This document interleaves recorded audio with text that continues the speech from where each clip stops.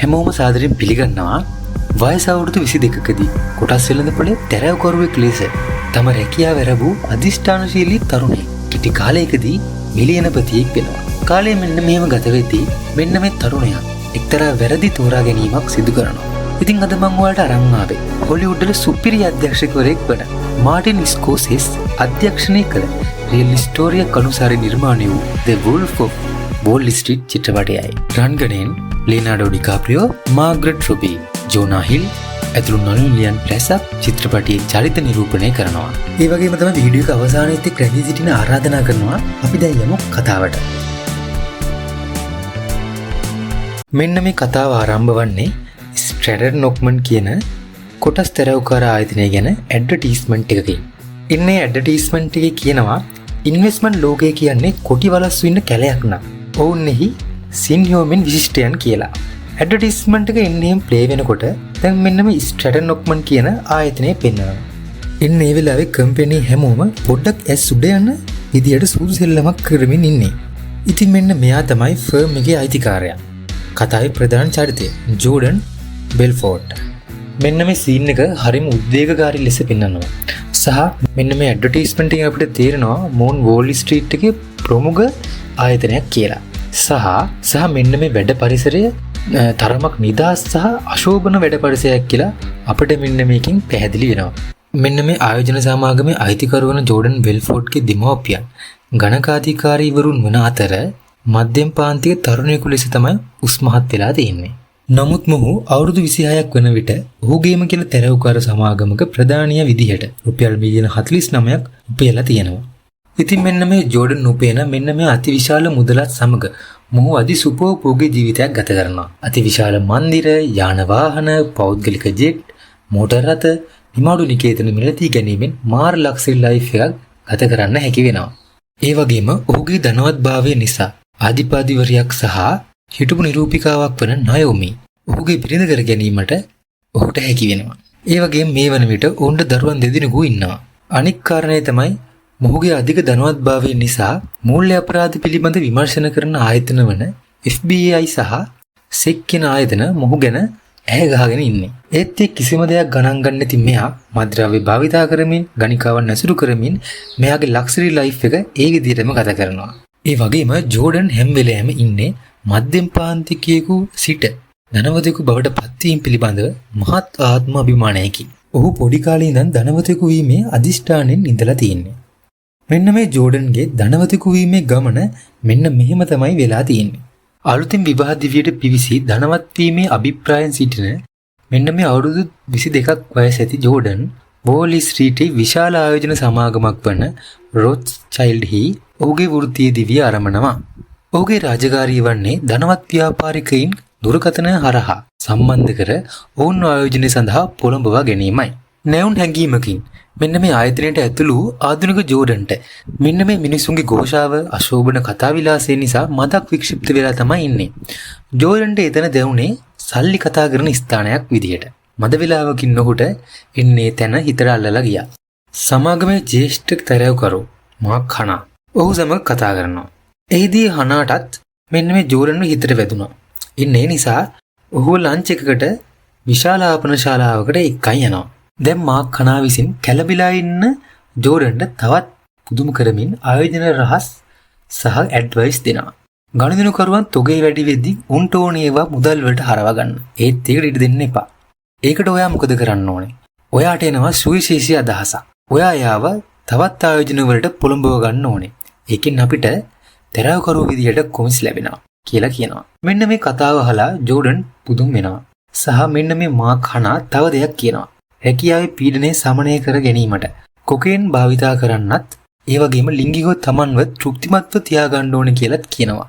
එලෙස තැරැව්කරුවෙකුගේ එකම ඉලක්කය මුදල් ලිපීම බව කියමින් මාක් හනා ජෝඩන්ට සමාගමේ අශිෂ්ට සංස්කෘතිය හඳුන්වලා දෙනවා.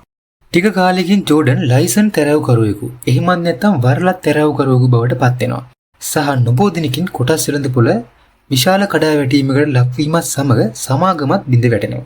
හදිසියෙම රැකියාව විරහිත වන ජෝඩන්ට අලුත් රැකියාවක් සොයා ගන්නට සිද්ධ වෙනවා. ජෝඩන්ට නැවත තමා හිටපු දැනටම ඇද වැටුණා වගේ හැඟීමක් තමයි දැනුනේ. ඔහුගේ බිරිඳ කියනවා ඔයාට හැම රැකියාවම කරන්න බෑ. ඔයා තෙරවුකාර ආයතනයක රැකියාවක් බලන්න කියලා කියනවා. එතකොට ජෝඩන් කියනවා තෙරවුකරුවන්ව කවුරුත් කුලියට ගන්නේ නැහැ කියලා. එවිට ඔහුගේ බිරිඳ හයිරින් වේකන්සි එකක් තියෙන කුඩා ආයෝජන සමාගමක දැන්වීමක් පෙන්වනවා.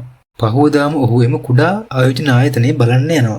එතනට ගියාට පස්සේ ජෝඩන්ට දිස් වෙන්නේ හරිම සුළු ප්‍රමාණයක් රන් වෙන ආයෝජන ස්ථානයක්. කිසිම ක්ලාස් ලුක් එකක් නැහැ. වැඩ කරන අයත් හරිම අපිරිවලට ඉන්නේ. ප්‍රොෆෙෂනල් ගතියක් නැහැ. ඒ වගේම වෙළඳ පොලේ ක්‍රියා කරන විදිය බලන්න අවශ්‍ය උපකරණයක්වත් නැහැ. හරිම කුතුහලයෙන් ජෝඩන් මෙන්න මේ අයිතිකාරය එක්ක කතා කරනවා. මොහොත් එක්ක ටික වෙලාවක් කතා කරන ජෝඩන්ට තේරෙනවා මොවුන් සත කොටස් එහෙම නැත්නම් වටිනාකමින් අඩු කොටස් අද්දකින් මඩු සාමාන්‍ය පුද්ගලයන්ට ආක්‍රමණශීලී ලෙස විකුණනවා කියලා. මෙමගින් ඔවුන් 50% කමිෂන් එකක් ලැබෙනවා කියලාත් කියනවා. වෙන්න මේක අහලා ජෝඩන්ට තරු විසිනවා. මොකද කලින් ආයතනයෙන් ඔහුට ලැබුණේ 100% කමිෂන් එකක්. ඉතින් ජෝඩන් මෙන්න මෙහි වැඩ ආරම්භ කරනවා. ඔහුගේ කොන්ෆිඩන්ට් එක සහ කතා කරන විලාසය ඒ වගේම ගණිතකරුවන් ඇද ගැනීමේ හැකියාව නිසා කුඩා කලකින් ඔහු ඉක්මනින් සාර්ථක වෙනවා. ඒ වගේම වැඩ කරන අයත් ඔහු දෙස පුදුමයෙන් වගේ තමයි බලන්නේ. ඒ වගේම මෙන්න මේ ආයෝජන සමාගමත් ජෝඩන් නිසා ටිකින් ටික දියුණු වෙන්න ගන්නවා. දිනක් එනවා ජීවිතේ වෙනස් කරන අපූර්ව හමුවීමක් සිදු වෙන. ඩොනි එසොෆ් මෙයා ජෝඩන් රෙස්ටුරන්ට් එකක ඉන්නවා දැකලා බලෙන්ම වගේ කතා කරනවා. ඩොනි කාලයක් තිස්සේ ජෝඩන් වියදම් කරන විදිය ඔහුගේ වත්කම් දැකලා තමයි මෙන්න මෙහෙම කතා කරන්නේ. ඩොනි අහනවා ඔයා මොනවද කරන්න කියලා. ජෝඩන් කියනවා එයා කොටස් තැරවකරුවෙක් කියලා. ඩොනි ඊට පස්සේ අහනවා ඔයා මාසෙකට කීයක් විතර හම්බ කරනවද කියලා. ඒතර ජෝඩන් කියනවා ඩොලර් 70000ක් විතර කියලා. මෙන්න මේක අහලා ඩොනිට තරු විසිගෙනවා. ඊට පස්සේ කියනවා මට පෙන්වන්න ඔයාට ලැබුණු ඩොලර් 70000ක චෙක් එකක්. මම දැන්ම මගේ රැකියාවෙන් නැස් වෙලා ඔයාට වැඩ කරනවා කියලා කියනවා. ජෝඩන් චෙක් එකක් පින්නුවට පස්සේ ඩොනි මේ වෙලාවෙම එයාගේ ලොක්කට කෝල් කරලා රැකියාවෙන් නැස් වෙනවා. ජෝඩන්ටත් මේක හරිම අමුතු. ඉතින් ගොඩක් වෙලා මෙන්න මේ දෙන්න තමන්ගේ පෞද්ගලික දේවල් කතා කරමින් දෙන්නට දෙන්න හඳුනාගත්තා. ඒ වගේම දෙන්නට දෙන්නගේ අදහස් ගැලපෙනවා කියලා තේරුම් ගියා. ටික දවසකින් මෙන්න මේ දෙන්න ගරාජ් එකක් බද්දර අරන් ඔවුන්ගේම තෙරවු සමාගමක් පොඩියට හදන්න ප්ලෑන් කරා. ඉතින් ඔවුන් දෙන්නට තවත් තෙරවුකරුවන් ඕනේ වුණා. ඉතින් ජෝඩන් නගරේ ඉන්න සේල්ස් ගැන අත්දැකීම් තියෙන යාගේ යාළුවෝ වගේක් බදව ගන්න කල්පනා කරනවා. එයාලා විකුණලා තියෙන්නේ නම් ෂෙයාර්ස් නෙමෙයි. කන්සා, මස්, ටයර් වගේ දේවල්. ඉතින් එන්නේ යාළුවන්ටත් පෝසත් වීමේ ආශාව ඇති කරලා කරන්න ඕන දේ ගැන පැහැදිලි කරලා තෙරයකරුවන් ලෙස බදව ගන්න කැමති කරගන්නවා.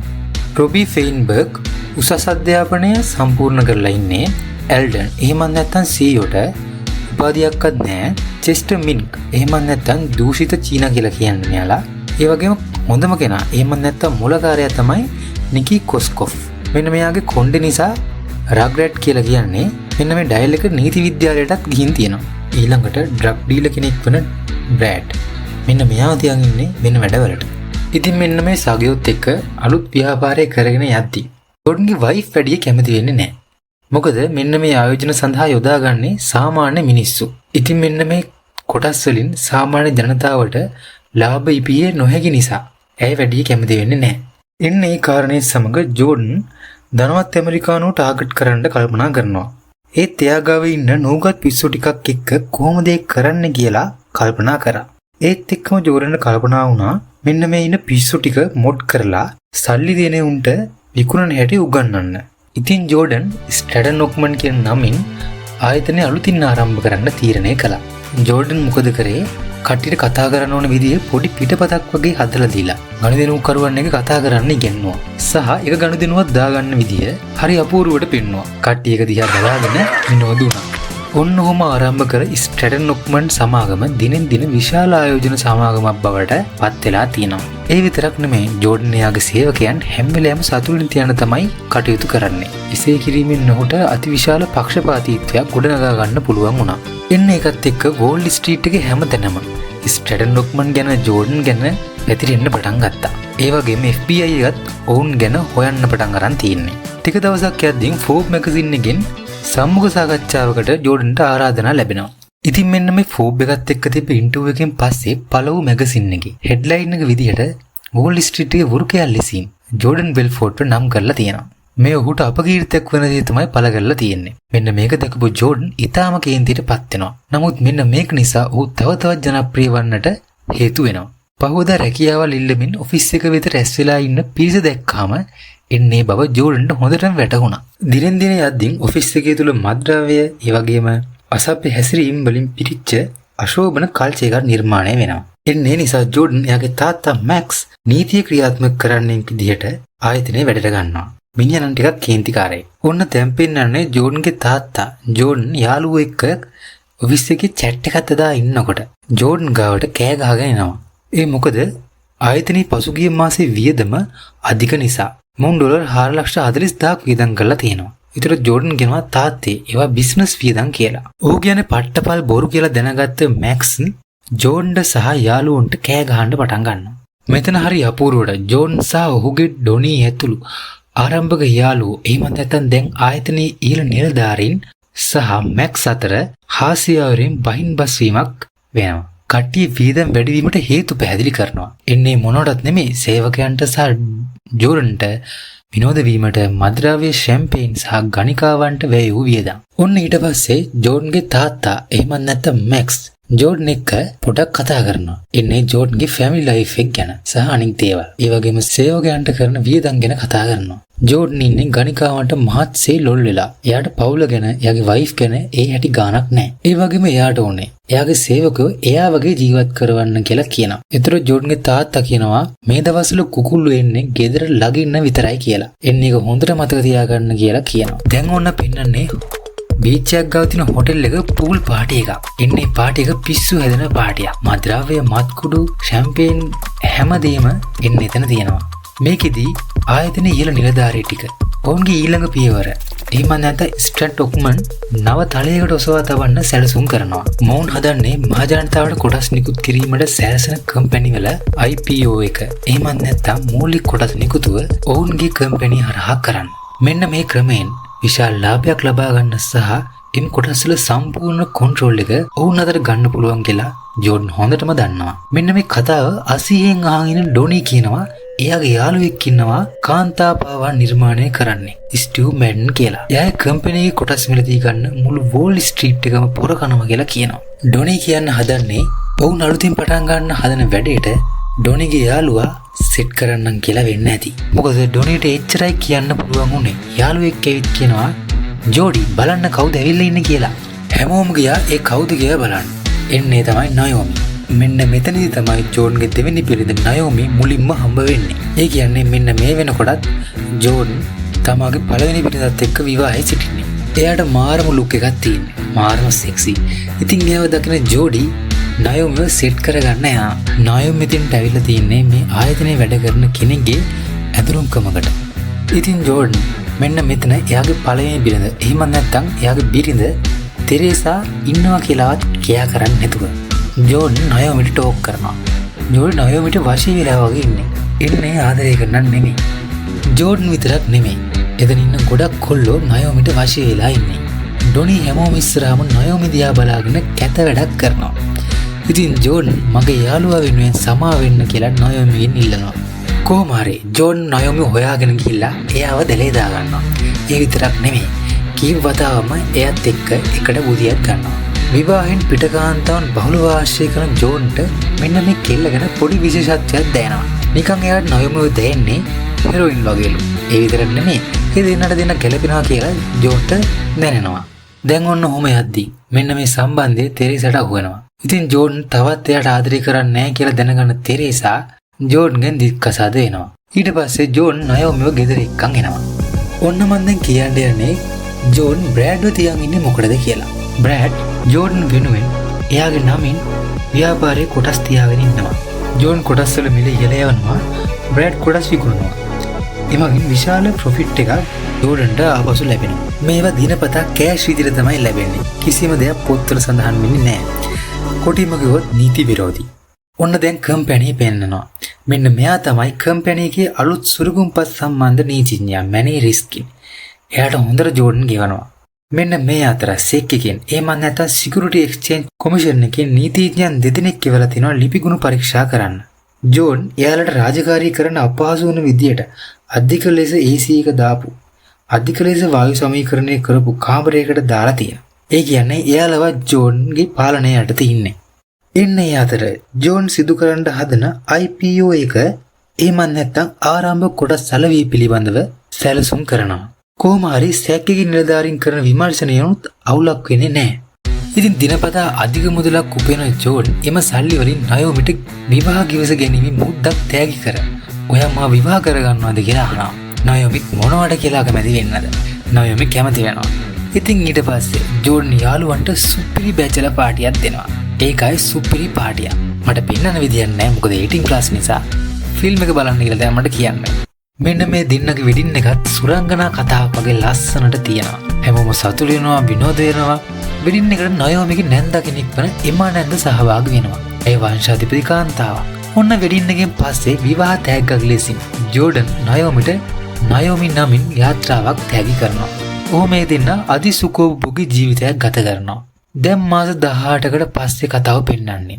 නයෝමි ජෝඩන් අතර හැමදාම බහින් බස්සී. මොකද ජෝන් කියන්නේ පිටින් කන්න හරිම ආස කෙනෙක්නේ. ඉතින් ඔහුගේ කාන්තාවන් නැසුර වෙනි කාරණා නිසා උන් දෙදෙනා අතර නිතරම බහින් බස්සී. ලොකු සමගියක් නැහැ. ඊළඟට ඔවුන් සැලසුම් කරපු විදියට ස්ටිව් මැඩන්ගේ පාවන් කම්පැනියේ IPO එක ඔවුන් හරහා කරන්න යනවා.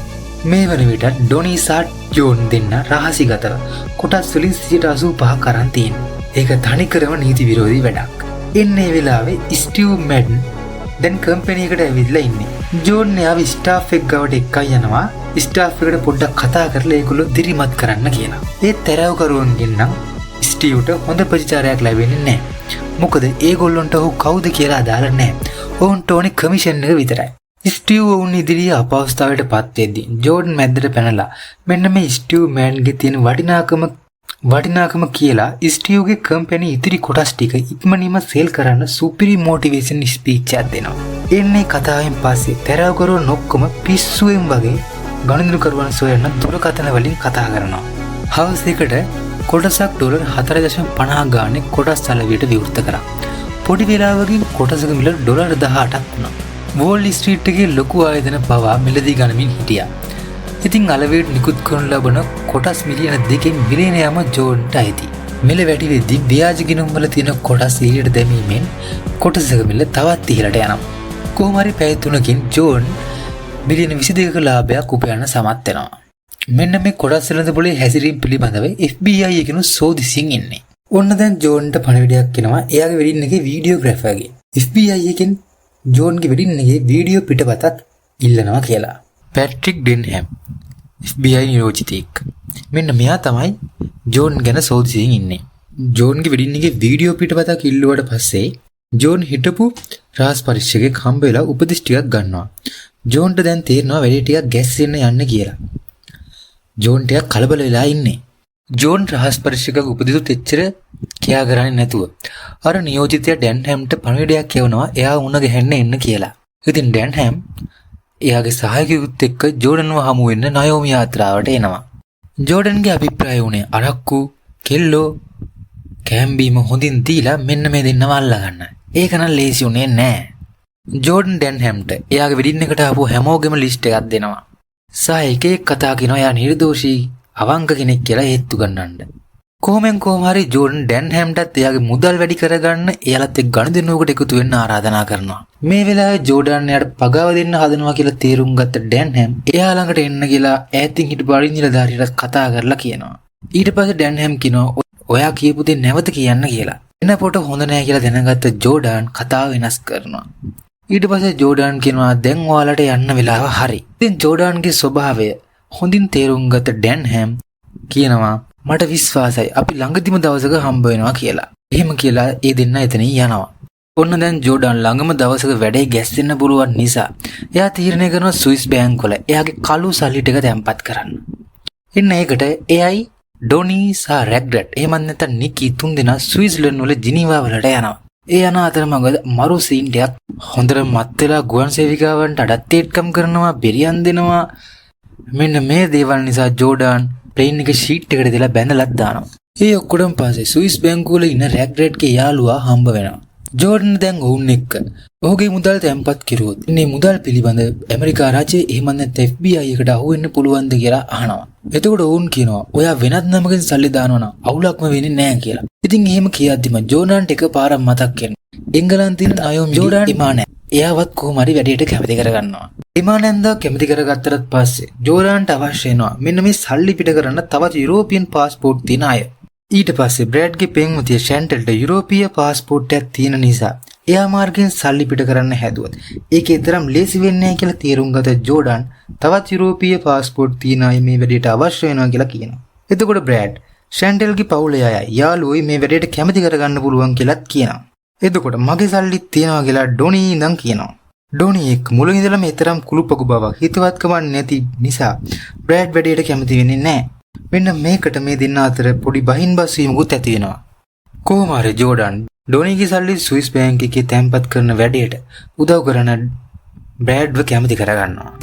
කතා වුණ විදිහටම එමානන්ද මුදල් වලින් මිලියන 20ක් අරන් යනවා ජිනීවා වලට. සා තවත් ගමන් වාර 6කදී ෂැන්ටල් පවුලේ අයයි යාළුවනුයි මුදල් වලින් මිලියන 20ක් පැන්නුවා.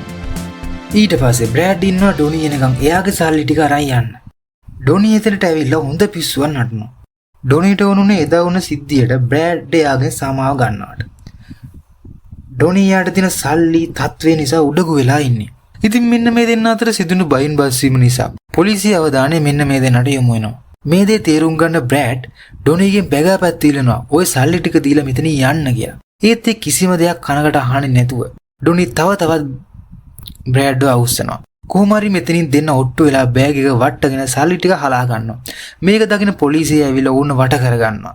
දැන් ඉතින් බ්‍රෑඩ් පොලිසියට කොටු වෙනවා. ඩොනි නම් කොහොමද පැනලා යනවා. මෙන්න මේ සිද්ධිය මහත් කම්පනයට පත් වුණු ඩොනි මෙන්න මේ කිසිම දෙයක් ජෝඩන්ට කියන්න යන්නේ නැහැ. ඒ වෙනුවට එයා කරන්නේ කල්ලිකුත් වෙච්ච සැර වැඩි මත්පැති බෝතලයක් ජෝඩන්ට ගෙනල්ලා දීලා අද මේකෙන් අපි දෙන මරු ෆන් එකක් ගමු කියලා කියනවා. ඒකින් ඔහු කරන්න යන්නේ ජෝඩන් මත් කරවලා මෙන්න මේ දේ අහන්න ලැබෙන එක වළක්වන්න. ඊට පස්සේ මේ දෙන්න එකට එකතු වෙලා මත්පැති කීප සැරයක් මම ගතත් වදින්නේ නැහැ. ඒතර ජෝඩන් තවත් මත්පැති ගන්නවා. ඒ අතර හිතවත් රහස් පරිශිකයෙන් කෝල් එකක් එනවා. එයා කියනවා ජෝඩන් මට මෙහෙම කතා කරන්න බෑ. එළියට ගිහිල්ලා පේ ෆෝන් එකකින් මට කෝල් එකක් ගන්න. මේක විහිළුවක් නෙමෙයි කියලා. මොකක් හරි අදිසියක් කියලා තීරුම් ගන්න ජෝඩන් ඉක්මනින් ළඟම පේ ෆෝන් එකක් තියෙන කන්ට්‍රි ක්ලබ් එකට යනවා. ඒ වෙලාවේ ඩොනි මුකුත් උනේ නැහැ වගේ තින්නවා. ඉතින් කන්ට්‍රි ක්ලබ් එකට ගිහිල්ලා ජෝඩන් ඩිටෙක්ටිව්ට කෝල් එකක් ගන්නවා. කෝල් එක ආන්සර් කරන ඩිටෙක්ටිව් කියනවා ඔයාගේ යාළුවා බ්‍රෑඩ් දැන් ඉන්නේ හිරේ.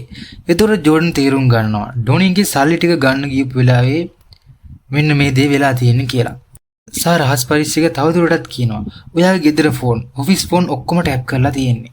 බැරි වෙලාවත් ඒ වගේ කතා කරන්න එපා කියලා. වැඩි වෙලාවක් කතා කරන්න හම්බුනේ නැහැ.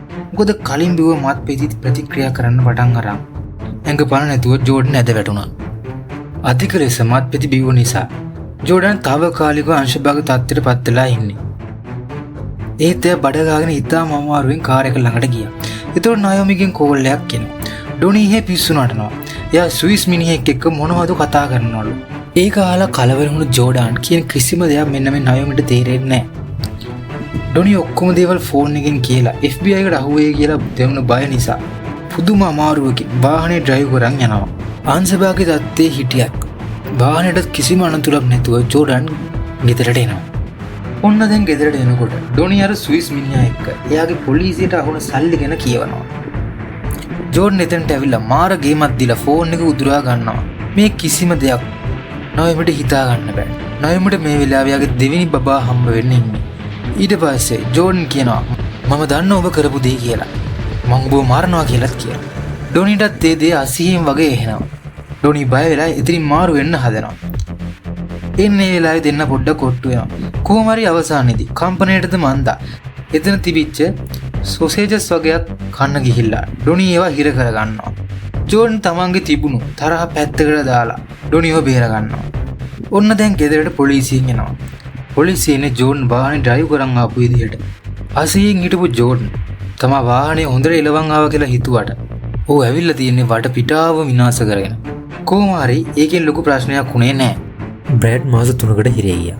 ඔහු ඩොනිවත් ජෝඩන්වත් පවර දුන්නේ නැති නිසා කිසිම අවුලක් වුණේ නැහැ. දැන් හැමදේම ටික සමනයටපත් වෙලා තියෙන්නේ. ඒත් සුරගුම්පත් සම්බන්ධ ලෝය මැනි කියනවා කරදර තාම ඉවර නැහැ. ඔයා මේ දේවල් වලින් බේරෙන්න නම් සැකකේ සුරගුම්පත් දූෂණ අධිපීඩන අලග උපක්‍රම වගේ චෝදනා කීපයකට හරි වැරදි කරු වෙලා දඩයක් ගෙවලා මෙන්න මේ දේවල් වලින් අයින් වෙන්න කියලා. ස්ට්‍රැටන් එක ඩොනීට හරි බාර දීලා අයින් වෙන්න කියලා කියනවා. මොකද FBI එක තවම මේ අපරාධ වලට ඔයාව ලූ බඳිනවා. ඒ වගේම බේරෙන්න පුළුවන් ඔයා මේ වගේ අයින් වුණොත් විතරයි කියලා කියනවා. මෙතනින් ජෝන්ගේ තාත්තත් කියනවා "ඔව් පුතේ, ඔයාට ජීවිත කාලෙම ජීවත් වෙන්න ඇති තරම් සල්ලි තියෙනවා. ඔයා අයින් වෙන්න" කියලා කියනවා. ඉතින් ඔවුන් දෙනගේ උපදෙස් පිළි අරන් ජෝඩන් ස්ට්‍රැටන් එකේ පරිපාලන ජොනි ඇතුළු පිරිසට බාර දීලා ඉවත් වෙන සැලසුම් කරලා අවසාන වශයෙන් තමන්ගේ සේවක මණ්ඩලයට කතා කරලා සමු දෙන්න යනවා. ස්ටාෆ් එකත් මෙන්න මේ ආරංචි අහලා හරිම දුකින් ඉන්නේ. ඉතින් ජෝඩන් ඔවුන් කළ සේවයට, ඔවුන්ගේ පක්ෂපාතීත්වයට, ඔවුන්ගේ උදව් වලට ස්තුති කරමින් ඉන්නේ. නමුත් කතාව අවසානයේ තාත්තගේ සහ නීතිඥගේ උපදෙස් සමතක කරලා ජෝඩන් කියනවා ඔහු මේන් අයින් වෙන්නේ නැහැ කියලා. ඉතින් හැමෝටම පුදුමයි සහ මාරම සතුටුයි. ඒ ජෝන්ගේ තාත්තාට නම් එච්චර සතුටු නැහැ.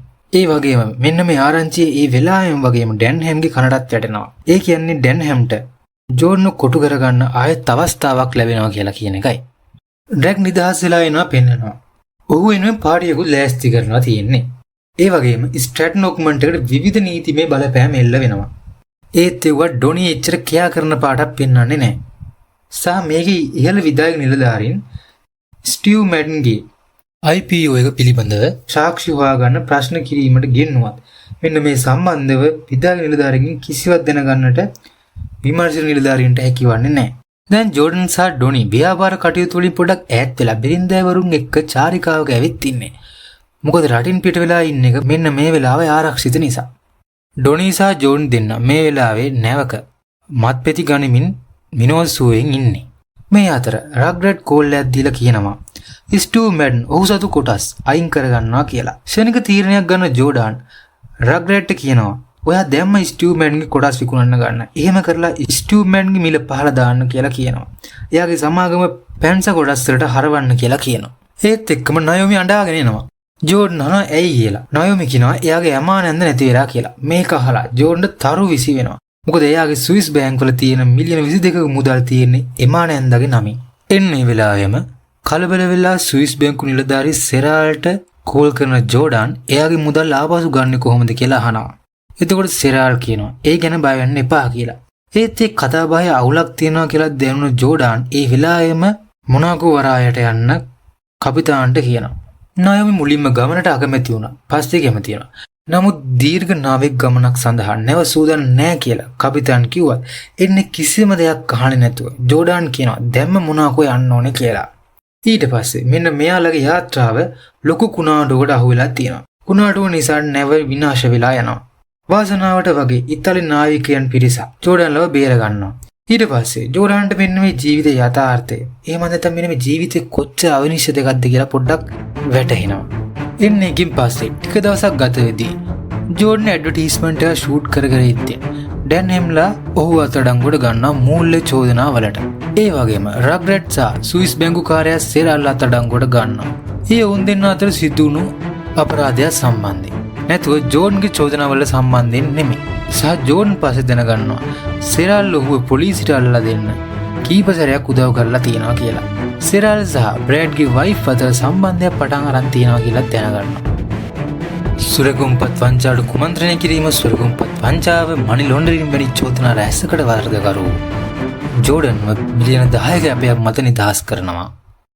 ඔන්නෝම කාලය ගත වෙද්දී FBI එකට අවශ්‍ය වෙනවා මේ මූල්‍ය වංචාවලට වසර ගානක සිට සම්බන්ධ සියලු දෙනා උසාවි ඉස්සරහට ගේන්න. ඒ සඳහා ඔවුන් ජෝඩන්ට යෝජනාවක් කරනවා. ඔවුන් ජෝඩන්ට කියනවා මනි ලොන්ඩරින් නිසා ඔයා වසර 20 ගුණත් හිරේ දාන්න පුළුවන්. නමුත් ඔවුන්ට උදව් කරොත් ඔහුගේ වසර 20ක සිට දඩුවම ලිහිල් කරනවා කියලා කියනවා. ඒ වගේම අපිට උන්ව අල්ලා ගන්න ඔයාගේ ඇඟේ වයර් එකක් පළදන්න වෙනවා කියලාත් FBI එකේ නිලධාරීන් කියනවා. ජෝඩන් මේ ගැන කල්පනා කරලා බලන්න කැමති වුණා. ඉන්පසු ඔහු මේ දේවල් නයෝමිට කියනවා. එයානම් ඔහු කියන දේවල් වැඩි උනන්දුකින් අහන් ඉන්නේ නැහැ කියලා පේනවා. ඔය අතර නයෝමි කියනවා මම දැන් ඔයාට ආදරය කරන්නේ නැහැ. මට ඔයාගෙන් දික්කසාද වෙන්න ඕනේ. ළමයින්ගේ බාරකාරීත්වය මම ගන්නවා. ඔයා දික්කසාද වෙන්න මට අවසර දෙනවා නම් ළමයිව බලන්න මම අවසර දෙන්නම් කියලා කියනවා. මේකෙන් අපි දෙන්නගෙම ගොඩක් සල්ලි බේරෙයි කියලාත් කියනවා. මෙන්න මේ දේවල් අහන් ඉන්න ජෝඩන් සියලු ධනය තම වස්තු අහිමි වෙලා තියෙන අවස්ථාවේ ඔහුට අවසානට ඉතුරු තම බිරිඳත් ඔහු සමග නැහැ කියලා දැනගත් විට වීරුවෙන් වගේ හැසිරෙන්න පටන් ගත්තා. කලක් සිට මත්ද්‍රව්‍ය පාවිච්චි නොකරව ජීවත්ව සිටි ජෝඩන් හදිසි කම්පනය නිසා නැවතත් මත්ද්‍රව්‍ය භාවිතා කොට නිදාසිරි තම දරුවා රැගෙන යන්නට උත්සාහ කරනවා. නයොමිත් බොහෝ සෙයින් ඔහු නවත්තන්න උත්සාහ කරනවා. ඔහුගේ ආවේගශීලී බව සහ කලබලකාරී බව නිසා අධික වේගයෙන් රිවර්ස් එකට ගත් වාහනය තාප්පයක වැදී නතර වෙනවා. ඊට පස්සේ නයොමි ඇවිත් දරුවාව ඔහුගෙන් අරන් යනවා. තමන්ගේ මෙන්න මේ කාලගන්නේ ජීවිතය පිළිබඳව කලකිරුණු ජෝඩන් පහුවදා FBI නිලධාරීන් සමග ගිවිසුම අත්සන් කරන්න දෙපාරක් හිතන්නේ නැහැ. ඔහු දැන් වයර් එකක් පැලඳ තමන්ගේ ස්ට්‍රැටන් නොක්මන්ට් එකට කාලයකට පස්සේ යනවා. සහ ඔහු පැය 6ක් ඇතුළත සතුරෝ මිතුරෝ ව්‍යාපාරිකයෝ හැමෝගෙම ලිස්ට් එකක් හදාගන්නවා.